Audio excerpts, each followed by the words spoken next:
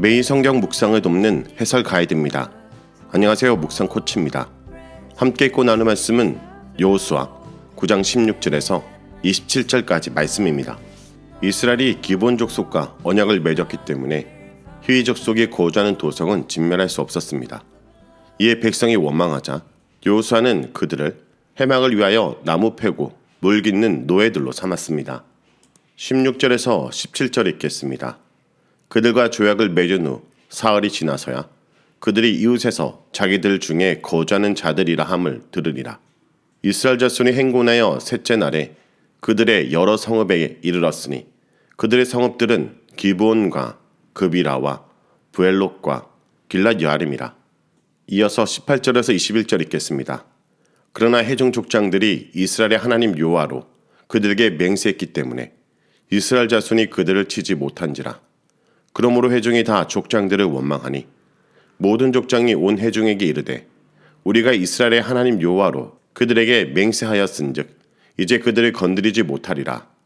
우리가 그들에게 맹세한 맹약으로 말미암아 진노가 우리에게 임할까 하노니 이렇게 행하여 그들을 살리리라 하고 무리에게 이르되 그들을 살리라 하니 족장들이 그들에게 이른 대로 그들이 온 회중을 위하여 나무를 패며 물 깃는 자가 되었더라. 기브온 주민과 언약을 맺고 사흘이 지났습니다.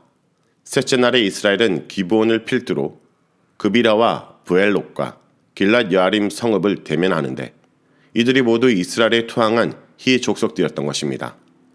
그제서야 이스라엘은 속은 사실을 깨닫게 됩니다. 백성은 족장들을 원망합니다.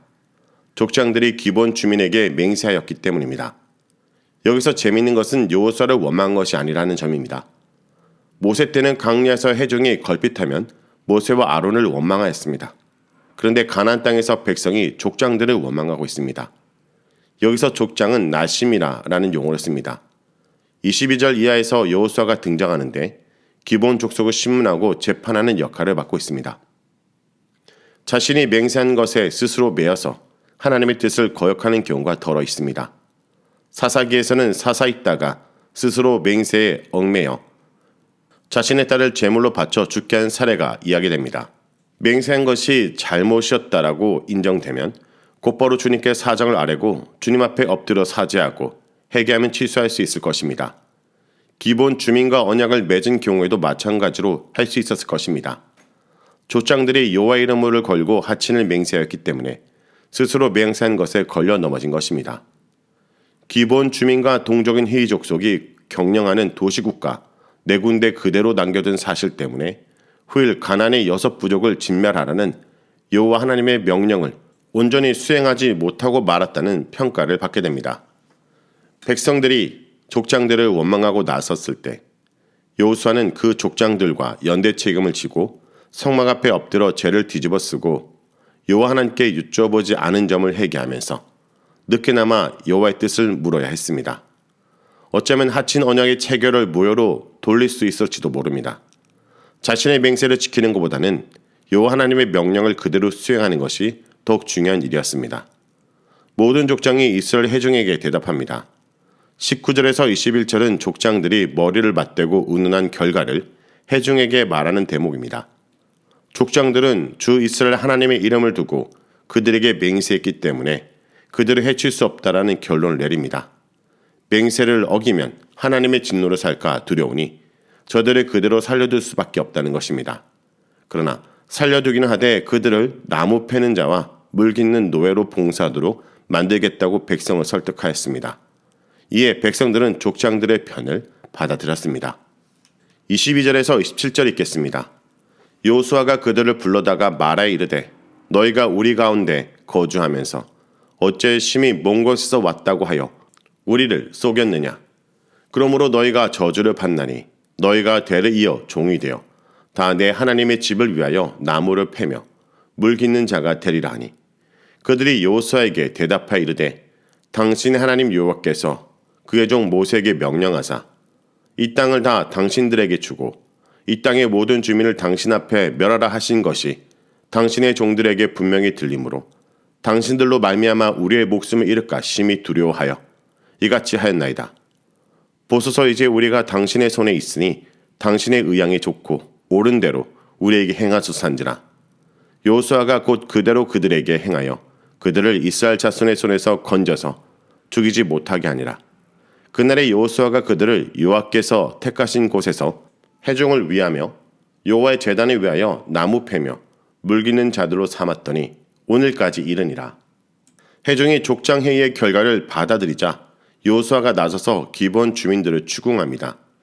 그들은 가까이 살고 있다는 사실을 속이고 멀리서 온 것처럼 위장함으로써 이스라엘과 언약을 맺었습니다. 속임수를 쓴 사실은 명백한 범죄로 마땅히 죄를 추궁해야 했습니다.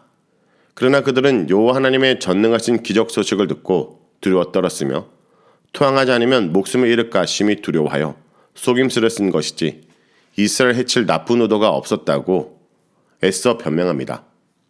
기생 랍도 여호와 하나님과 이스라엘 소식을 듣고 두려워서 정탐꾼을 숨겨주고 구원의 약조를 받아냈습니다. 여리고성이 무너졌을 때 랍은 온 가족과 함께 그대로 보존되었습니다. 여호수아는 랍과 그 가족을 구원하는 일에 있어서 매우 적극적인 조치를 취해 주었습니다. 반면에 기브온 주민에게는 엄하게 추궁하고 나섭니다. 기브온 주민과 랍의 경우는 어떤 차이가 있을까요? 랍의 경우에도 정탐꾼들은 여호와 하나님께 여쭤보지 않고 약정을 했으니 기브온 주민과 마찬가지 경우입니다. 결정적인 차이가 있다면 기브온 주민이 히위 족속이었다는 점일 것입니다. 오경에서 가나안 주민을 다 쫓아내라고 명령하면서 가나안 6부족 내지 7부족을 언급합니다. 이 부족의 명단에 히위 족속은 빠짐없이 언급되고 있습니다. 랍은 개인의 차원에서 이루어진 일이지만 히위 족속은 개인의 문제가 아니라 전체 공동체의 문제였던 것입니다. 또 그들이 거짓말로 썩였다는 점도 문제가 될 일입니다. 랍이 거짓말한 것은 정탐꾼을 숨겨주기 위해서 여리고 군사들에게 한 것입니다. 기브온 주민의 경우는 자기들이 살려고 하나님 백성 이스라엘 속인 것입니다. 그들의 잘못이 명백히 드러났지만 여호수아는 스스로 맹세에 걸려서 그들을 처단하지 않았습니다. 맹세에 비준된 계약을 파기하면 하나님의 진노가 임한다고 믿었습니다. 그래서 기브온 사람들이 사는 성읍은 정복하지 못한 채 살려두어야 했습니다. 여호수아가 족장들과 회중 사이에 중재자로 나섭니다. 그는 기브온 사람들을 처단하여 진멸하는 대신에 족장들의 제안대로 되도록 그들을 노예로 삼습니다. 하지만 이스라엘 족장들은 온 회중을 위하여 나무 패며 물 깃는 자가 되도록 판결한 반면에 여호수아는 그들로 하여금 내 하나님의 집을 위하여 나무 패며 물 깃는 자가 되도록 변경하고 있습니다. 여호수아의 판결에 의하면 기브온 거민들은 이스라엘 백성 개개인에게 종속된 종이 아니라 여호와의 택하신 곳에서 성막에 소속된 종이 되어야 된다는 것입니다. 그러므로 여호수아의 판결은 저주라기보다는 일종의 긍휼이며 은총이며 축복인 셈입니다. 기브온 거민들이 영원히 봉사해야 하는 하나님의 집은 어디일까요? 신명기 12장 5절과 11절을 근거로 예루살렘이라고만 고집해서는 안 됩니다. 여호수아 당시 예루살렘은 아직 정복되지 않은 가나안의 여부스 족속의 도시였으며 예루살렘에는 솔로몬 시대 이후에야 비로소 여호와 하나님을 위한 제단과 성전이 세워졌습니다. 따라서 여호수아 시대의 하나님의 집은 길갈 성소입니다. 기브온 거민은 군사와 종교의 중심지 역할을 수행한 길갈에 예속된 역할을 수행해야 한다고 판결한 것입니다. 그렇게 해야 27절에 오늘까지 이르니라 라는 구절이 이해될 수 있습니다. 오늘 본문에서 지도자는 하나님께서 어떻게 생각하실지 묵상하고 물어야 한다는 것을 보여줍니다. 아이성의 승리와 언약 맹세 이후에 등장하는 이런 나태한 모습은 가나안 땅이 항시라도 안전하게 신앙생활할 수 있는 곳이 아님을 잘 보여줍니다. 하지만 지도자는 문제가 드러날 때 회피하지 않고 최선이 아니더라도 차선을 마련하여 문제를 수습할 수 있어야 됩니다. 여호수아는 기브온 거민들의 속임수를 책망하였지만 동시에 그들이 언약 공동체 안에서 하나님의 성소를 섬기는 일을 맡김으로 하나님의 음의 범주 안에 들어올 수 있게 합니다. 오늘 본문은 여호수아와 족장들의 큰 실수를 주목하고 있습니다. 이때 여호수아는 하나님의 이름으로 맹세한 것을 깨뜨릴 수 없다며 백성의 요구를 거절합니다. 때로 지도자는 잘못된 판단할 수 있습니다. 하지만 비난을 두려워하여 원칙 없이 무마하는 것은 바른 태도가 아닙니다.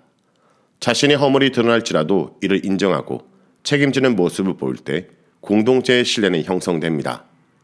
우리도 하나님이 세운 영적 지도자로서 때로는 잘못된 결정에 대해 인정하고 책임지는 태도를 보이며 주님께 묻고 지혜를 구하며 적극적인 해결 방안을 모색하는 자가 되기 원합니다. 말씀을 놓고 기도하겠습니다.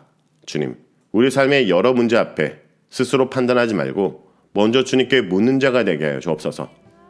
설사 내가 잘못된 선택을 했을지라도 누군가를 핑계대는 것이 아니라 잘못을 인정하고 책임을 감당하는 자가 되게 하여 주옵소서. 예수의 이름으로 기도합니다. 아멘.